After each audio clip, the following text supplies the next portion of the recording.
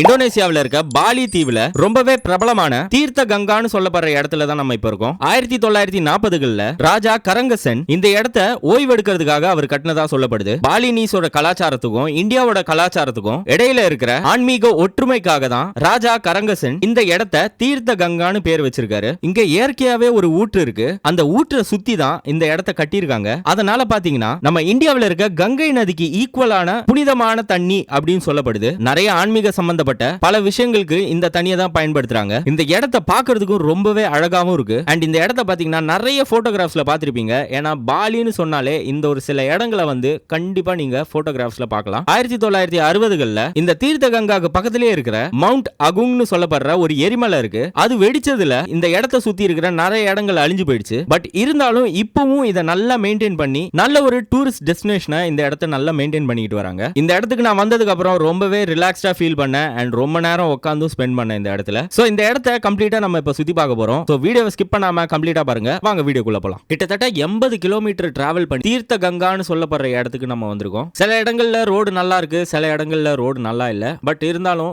எப்படியோ நம்ம சேஃபா வந்து சேர்ந்தாச்சு. இங்க வந்ததுக்கு அப்புறம் பாத்தீங்கன்னா அந்த என்ட்ரன்ஸோட ஆப்போசிட் சைட்லயே ஒரு சின்ன ஹோட்டல் மாதிரி இருந்தது. சரி இங்க சாப்பிட்டு போயிடலாம் அப்படின்னு சொல்லிட்டு அங்க போய் செக் பண்ண என்னதான் இருக்கு அப்படின்னு சொல்லி பார்த்தா மோஸ்டா இங்க நூடுல்ஸ், ஃப்ரைட் ரைஸ் இந்த மாதிரி தான் அவைலபிளா இருக்கும். நம்ம ஊர்ல இருக்க ஃப்ரைட் ரைஸ் மாதிரி இருக்காது, இங்க கொஞ்சம் டிஃபரெண்டா இருக்கும். Nasi goreng, chicken, drink I don't want. Guys இதான் நாசி கோரிங். சிக்கனுன்னாங்க. ஆமாம் ஆமாம் இருக்கு இருக்கு இருக்கு. Let's have it. சூடாக இருக்கு. முட்டை, அப்பளம், தக்காளி ஒரு துண்டு சாப்பிடுவோம். பரவாயில்ல, தக்காளி சாதம் மாதிரி இருக்குது. இங்கே வந்து முட்டையே படையல் போடுவாங்க. கடவுளுக்கு முட்டையெல்லாம் வைப்பாங்க. இப்போ இங்கே நான்வெஜ் சாப்பிட்டாலோ செருப்பு போட்டு போனாலோ அதெல்லாம் ஒரு பிரச்சனையும் கிடையாது. லைட்டா கொஞ்சம் தக்காளி சாதம் மாதிரி இருந்தாலும் சிக்கன் அண்ட் எக் இருந்ததுனால சாப்பிட கொஞ்சம் நல்லா இருந்தது. ஓகே, எனிவேஸ் இதை சாப்பிட்டு முடிச்சாச்சு. அடுத்தது நம்ம உள்ள என்ட்ரு ஆகிறோம். உள்ள என்ட்ரு ஆகிற வழியிலேயே பார்த்தீங்கன்னா உங்களுக்கு ஃபிஷ் ஃபுட் எல்லாம் அவைலபிளா இருந்தது சேல் பண்ணிக்கிட்டு. Selling fish food. Oh fish food. Fish food 5000 ரூபா.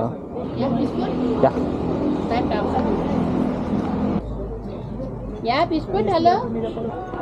ஓகே. Oh thank you. டூரியன் சைஸை பாருங்களேன். How much KG? 200.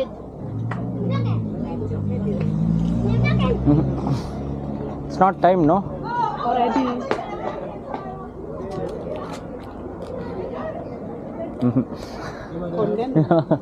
Thank you. So fish food வாங்கினேன். இது வந்து 5000 ரூபா, இது வந்து 1000 ரூபான்னு நினைக்கிறேன். ஆமாம். போகிற வழியில் பார்த்தீங்கன்னா திடீர்னு ஒரு ஸ்டால் மாதிரி போட்டிருந்தாங்க. அங்கே என்னன்னு பார்த்தா பைத்தனு, இக்வானா, வவ்வால் வருங்க. வவ்வாலை எப்படி ட்ரெயின் பண்ணானுங்கன்னு தெரியலையே. என்னங்க அது இரும்பிக்கிட்டு இருக்கு? கோவிடா? ஓ அங்கே ஆந்த வேற இருக்கா? Okay, can catch this. Oh வவ்வால உங்க கையில நிக்க வச்சு இல்ல தொங்க விட்டுட்டு கூட போட்டோ எடுத்துக்கலாமா? பார்த்த உடனே எனக்கு லைட்டா ஷாக்கிங் ஆயிடுச்சு. அப்படியே கொஞ்சம் தூரம் நடந்து போனேன். போனதுக்கு அப்புறம் டிக்கெட் கவுண்டர் இருந்தது. அங்க டிக்கெட் வாங்கிக்கிட்டேன். என்ட்ரன்ஸ்க்கு ஒரு ஃபீ இருக்கு. அப்புறம் அங்க இருக்க ஸ்விமிங் பூல் மாதிரி இருக்குமா, அதுல குளிக்கிறதுக்கும் எக்ஸ்ட்ரா சார்ஜஸ் வரும். Okay hi. Entrance ticket 50 for one. 50,000. Okay, what about swimming pool? No. Okay thank you. 50,000 ரூபா கைஸ். டடான். தேங்க்யூ. வெறும் என்ட்ரன்ஸ் டிக்கெட் மட்டும் வாங்கிட்டு அங்க உள்ள போக ஆரம்பிச்சேன். என்ட்ரன்ஸ்ல நம்மளுக்கு சீட்டு கிழிச்சு கையில கொடுத்துட்டாங்க. உள்ள போனதுக்கு அப்புறம் பாத்தீங்கன்னா செம பியூட்டிஃபுல்லா இருந்தது கைஸ். கொஞ்சம் ட்ரையா இருக்கிற ஃபீல் மாதிரி இருந்தது. ஏன்னா இப்ப நான் வந்திருக்கிறது சம்மர் பீரியட். இதே விண்டர்ல மழை சீசன் டைம்ல எல்லாம் வந்தா ரொம்பவே இன்னும் பியூட்டிஃபுல்லா இருக்கும் இந்த இடத்த பாக்குறதுக்கு. இப்ப பாக்குறதுக்கும் இது ரொம்பவே அழகா இருக்கு. அப்படியே கொஞ்சம் தூரம் நடந்து உள்ள போனேன். உள்ள போனதுக்கு அப்புறம் பாத்தீங்கன்னா ஒரு பெரிய ஃபவுண்டன் மாதிரியும் பெரிய பாண்டு மாதிரி எல்லாம் இருந்தது. அங்கெல்லாம் பாத்தீங்கன்னா நிறைய ஃபிஷ் எல்லாம் இருந்தது. அதை பார்த்து ரொம்பவே எக்ஸைட் ஆயிடுச்சு எனக்கு. ஏன்னா நான் பயங்கரமான ஒரு பெட் லவர். இந்த மாதிரி அக்வாரியம் ஃபிஷ் இதெல்லாமே எனக்கு ரொம்ப பிடிக்கும். சோ பார்த்தோன்னா செம்ம ஹாப்பி ஆயிடுச்சு எனக்கு. அண்ட் கிளைமேட்டும் பாத்தீங்கன்னா ரொம்பவே சில்லுன்னு இருந்தது. சோ பொறுமையா ரிலாக்ஸிங்கா நான் ரொம்பவே என்ஜாய் பண்ணி இது எல்லாத்தையும் பார்த்துக்கிட்டு இருந்தேன். சின்ன சின்னதா பாறை மாதிரி டிசைன் பண்ணி ஃபவுண்டன் இந்த பாண்டுக்கு நடுவுல எல்லாம் வச்சிருக்காங்க. அது மேல எல்லாருமே நடந்து போயிட்டு இருந்தாங்க. சரி நம்மளும் நடந்து போவோம் அப்படின்னு சொல்லிட்டு அது மேல நடக்க ஆரம்பிச்சேன். Traffic jam. செம்ம பெருசாக இருக்குங்க அங்கே ஃபுட்டு பாயிண்ட். அப்புறம் தான் சடனா நோட்டீஸ் பண்றேன் பெரிய பெரிய சைஸ்ல கோழிக்கார் ஃபிஷ் நிறைய இருந்தது. இதை ஜாப்பனீஸ் கோயின்னு கூட சொல்லுவாங்க. என்னங்க குண்டு பயலுகளாக இருக்காடுங்க எல்லாம் சின்ன சின்ன பிள்ளை. இப்போ பாருங்க எவ்வளோ குண்டாக இருக்கு. அந்த ஃபிஷ் எல்லாம் பார்த்தோன்னே எனக்கு பயங்கர எக்ஸைட் ஆயிடுச்சு. பரவாயில்லையே சூப்பரா இருக்கு, நிறைய ஃபிஷ்ஷஸ் வச்சிருக்காங்க, அதுவும் பெருசு பெருசா இருக்கு அப்படின்னு சொல்லிட்டு ஹாப்பி ஆயிடுச்சு. சரி வாங்கின அந்த ஃபிஷ் ஃபுட்டை நம்ம இதுக்கு ஃபீட் பண்ண ஆரம்பிப்போம்னு சொல்லிட்டு ஒரு பாக்கெட்டை பிரிச்சு அப்படியே கொஞ்சம் கொஞ்சமா கொட்ட ஆரம்பிச்சேன். மாதிரி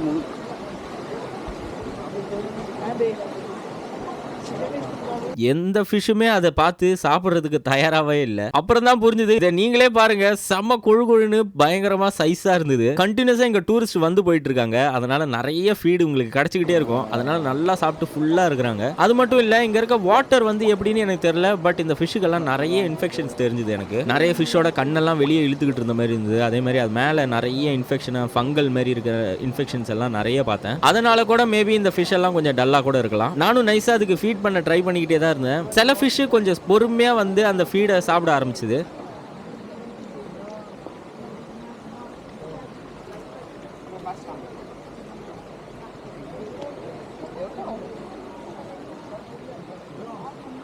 மோஸ்டா அங்க இருக்கிற எந்த ஃபிஷ்ஷுமே அந்த ஃபுட்டை பத்தி பெரிய அளவுல கண்டுக்கவே இல்லை. கொஞ்ச நேரம் அப்படியே ஃபீட் பண்ண ட்ரை பண்ணிட்டு அப்படியே உட்காந்துருந்தேன். அண்ட் அதுக்கப்புறம் வேற ஸ்பாட்லயும் ட்ரை பண்ணேன். ஏன்னா ஒரு இடத்துல கும்பலா ஒரு பேட்ச் இருக்கிற மாதிரி இருந்தது. எல்லா இடத்துலயும் ட்ரை பண்ணிக்கிட்டே இருந்தேன். பட் எந்த ஃபிஷ்ஷுமே பெரிய அளவுக்கு நான் போடுற ஃபுட்டை வந்து மதிக்கவே இல்லை.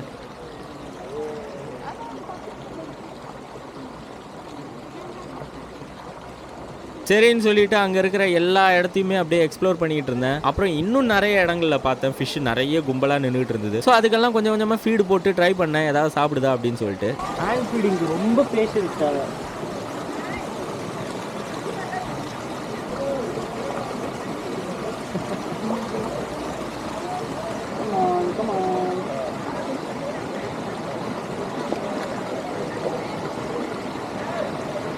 சரி ஃபுட்டு வாங்கிட்டு வந்துட்டோம், ஆனால் இது சாப்பிடலையே அப்படின்னு நம்மளுக்கு ரொம்ப வருத்தமாக இருந்தது. பட் எனிவேஸ் எனக்கு ரொம்பவே ஹாப்பியாக இருந்தது இந்த மாதிரி சைஸில் இருக்க ஃபிஷ் எல்லாம் பார்க்கும்போது. கொஞ்சம் இதை மெயின்டைன் பண்ணியிருக்கலாம்னு எனக்கு தோணிருச்சு. அதுக்கப்புறம் அந்த இடத்துல இருந்து கொஞ்சம் வெளியே வந்ததுக்கப்புறம் ஒரு ஃபவுண்டன் மாதிரி ஒரு ஸ்பாட் பார்த்தேன். ஸோ அந்த ஃபவுண்டன் கீழே இருக்க தண்ணியில் நிறைய ஃபிஷ் இருந்தது. சரி அங்கே ஃபுட்டு கொஞ்சம் தான் எடுத்து போட்டால் அங்கே பயங்கரமாக அடிச்சுக்கிட்டாங்க சாப்பிட்றதுக்கு. அந்த ஃபவுண்டன் கீழே இருந்த ஃபிஷ் எல்லாம் பார்த்தீங்கன்னா பெரிய அளவுக்கு கலர்ஃபுல்லாக இல்லை, நார்மலாக ஒரு கிரீன் கலர் பிளாக் கலர் அந்த மாதிரி இருந்தது. அதனால அந்த ஃபிஷ்ஷுக்கு மோஸ்ட்டாகவே யாருமே ஃபுட்டு போடலை. அதனால தான் ரொம்ப பசியாக இருந்திருக்கு அந்த ஃபிஷ். என் கையில் இருந்த மொத்த ஃபுட்டையும் எடுத்து அங்கே கொட்டிட்டேன். அவங்க அவனுங்க ரொம்ப பசியில் வாடி இருக்கானுங்க, யாரும் கண்டுக்க மாட்டேங்கிறாங்க போல. போட்ட உடனே தெரிச்சு ஓடி வரானுங்க பாருங்க.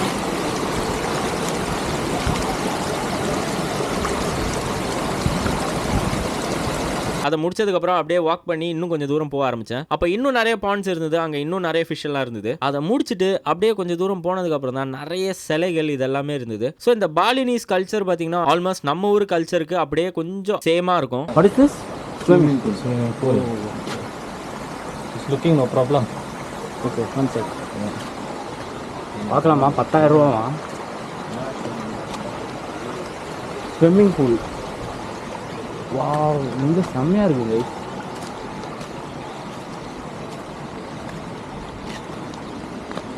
ஐயோ, மீனெல்லாம் இருக்கு.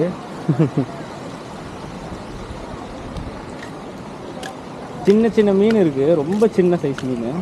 வாட்டர் செம்ம க்ளீனாக இருக்கு. ஐயோ, ட்ரை பண்ணணும் போல இருக்கு. ஆழமும் இருக்கு கொஞ்சம். எனக்கு அதனால தான் நான் ஆழத்தில் இது வரைக்கும் நீச்சல் அடிச்சதில்லை. அதுவும் ஒரு ஆசையாக இருக்குது, ஆழத்தில் அடித்து பார்க்கணும்னு. சூப்பராக இருக்குது. ஸோ அதை முடிச்சதுக்கப்புறம் என்ட்ரன்ஸ்லேயே உங்ககிட்ட சொல்லியிருப்பேன் இங்கே ஸ்விம்மும் பண்ணலாம் அப்படின்னு சொல்லிட்டு. அதுக்கான இடத்த பார்த்தேன். ஸோ அந்த தண்ணியை பார்க்கும்போது கிளியராக தான் இருந்தது. பட் இருந்தாலும் நிறைய ஃபிஷ் அதில் ஓடிட்டு இருந்தது. அது பெரிய அளவுக்கு மெயின்டைன் பண்ண மாதிரியே எனக்கு தெரியல. ஸோ இந்த தண்ணியில் குளிச்சு ஏதாவது கோல்டு பிடிச்சி உடம்ப சிக்காக்கி வேணாம்னு சொல்லிட்டு நான் இங்கே வந்து ட்ரை பண்ணுறதா இல்லை. ஸோ இங்கே குளிக்கலாம்னு சொல்லி இருக்கிற ஐடியாவை அப்படியே நான் குழி தோண்டி போச்சிட்டேன். பயங்கரமாக பாசியாக இருந்தது. இங்கே காலை வச்சு அங்கே போயிடுவோன்னு நினைக்கிறேன், வழுகிக்கிட்டு. அவ்வளோ பாசியாக இருக்குது. ஸோ அதெல்லாத்தையும் பார்த்து எக்ஸ்ப்ளோர் பண்ணதுக்கப்புறம் கொஞ்சம் தூரம் நடந்ததுக்கப்புறம் தான் இன்னொரு ஸ்பாட்டு பார்த்தேன். இந்த இடத்தையும் நிறைய பேர் ஃபோட்டோ எடுத்து நீங்கள் இன்டர்நெட்டில் பார்த்துருப்பீங்க. சோல் கிளீனிங்காக. ஸோ இங்கே வந்து ரொம்ப புனிதமான இடம். உமன் வந்து இந்த பீரியட்ஸ் இந்த டைமில் இருக்கீங்கன்னா வராதிங்கன்னு போட்டிருக்காங்க. இதுதான் மெயினான குளிக்கிற இடம். இது ரொம்பவே புனிதமான தண்ணி வர ஹோலி வாட்டர் ஸ்ப்ரிங் அப்படின்னு சொல்லுவாங்க இந்த இடத்த. ஸோ இங்க குளிச்சா நிறைய பாவங்கள் இதெல்லாம் போயிடும் அப்படின்னு சொல்லப்படுது அண்ட் நம்பிக்கையும் இருக்கு. ஸோ அதை முடிச்சுட்டு இன்னும் நிறைய ஸ்பாட்ஸ் இருந்தது கைஸ். மேலே ஏறி போனேன். அப்புறம் சைட்ல எல்லாம் நிறைய படிக்கட்ஸ் இருந்தது. அதெல்லாத்தையுமே ஏறி மேலே போய் பார்த்தேன். அங்கேயும் நிறைய ஸ்டாச்சூஸ் இதெல்லாம் இருந்தது. ரொம்பவே பழமையான இடம்ன்றதுனால கொஞ்சம் அந்த ஸ்டாச்சு எல்லாம் கொஞ்சம் உடஞ்சு பிரேக் ஆகியும் தான் இருந்தது. ஃபேஸ் எல்லாம் பார்க்க அப்படி இருக்கு, செம்மையா இருக்கு ஃபேஸு. இங்க பாருங்க,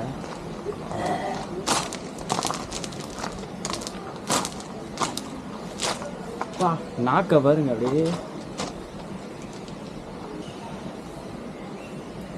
ஸோ அந்த இடத்த பார்த்து முடிச்சதுக்கப்புறம் இன்னும் வேற என்னெல்லாம் இருக்குது அப்படின்னு சொல்லிட்டு தேடி போனேன். பட் பெருசாக வேற எதுவும் இல்லை, அவ்வளோதான், இதோட முடியுது. எந்த ஊற்றுலேருந்து இந்த தண்ணியெல்லாம் சுரந்து வருதுன்றதை பார்க்கணும்னு சொல்லி நான் நிறைய தேடி பார்த்தேன். பட் எங்கேயுமே என்னால் கண்டுபிடிக்க முடியல. ஸோ இந்த இடத்துக்கு யாராவது போயிருக்கீங்க, நீங்கள் பார்த்துருந்தீங்கன்னா எனக்கு கொஞ்சம் கமெண்ட் பாக்ஸில் சொல்லுங்கள். ஸோ இதோட இந்த இடத்த எக்ஸ்ப்ளோர் பண்ணி முடிச்சாச்சு கைஸ். நான் கொஞ்சம் நேரம் இந்த இடத்துல உட்காந்து கொஞ்சம் ரிலாக்ஸ் ஆகி நல்லா இந்த இடத்த எல்லாத்தையுமே என்ஜாய் பண்ணிட்டு அதுக்கப்புறம் தான் நான் கிளம்ப போகிறேன். ஸோ இந்த வீடியோ எப்படி இருந்ததுன்றத கமெண்ட் பாக்ஸில் சொல்லுங்கள். அண்ட் இந்த வீடியோ பிடிச்சிருக்குன்னா லைக்கை போடுங்க. அண்ட் இந்த மாதிரி வீடியோஸ் பிடிக்குன்னா சப்ஸ்கிரைப் பண்ணுங்க. ஸோ அடுத்த வீடியோவில் பார்க்கலாமா? Until then, it's bye from Kannan.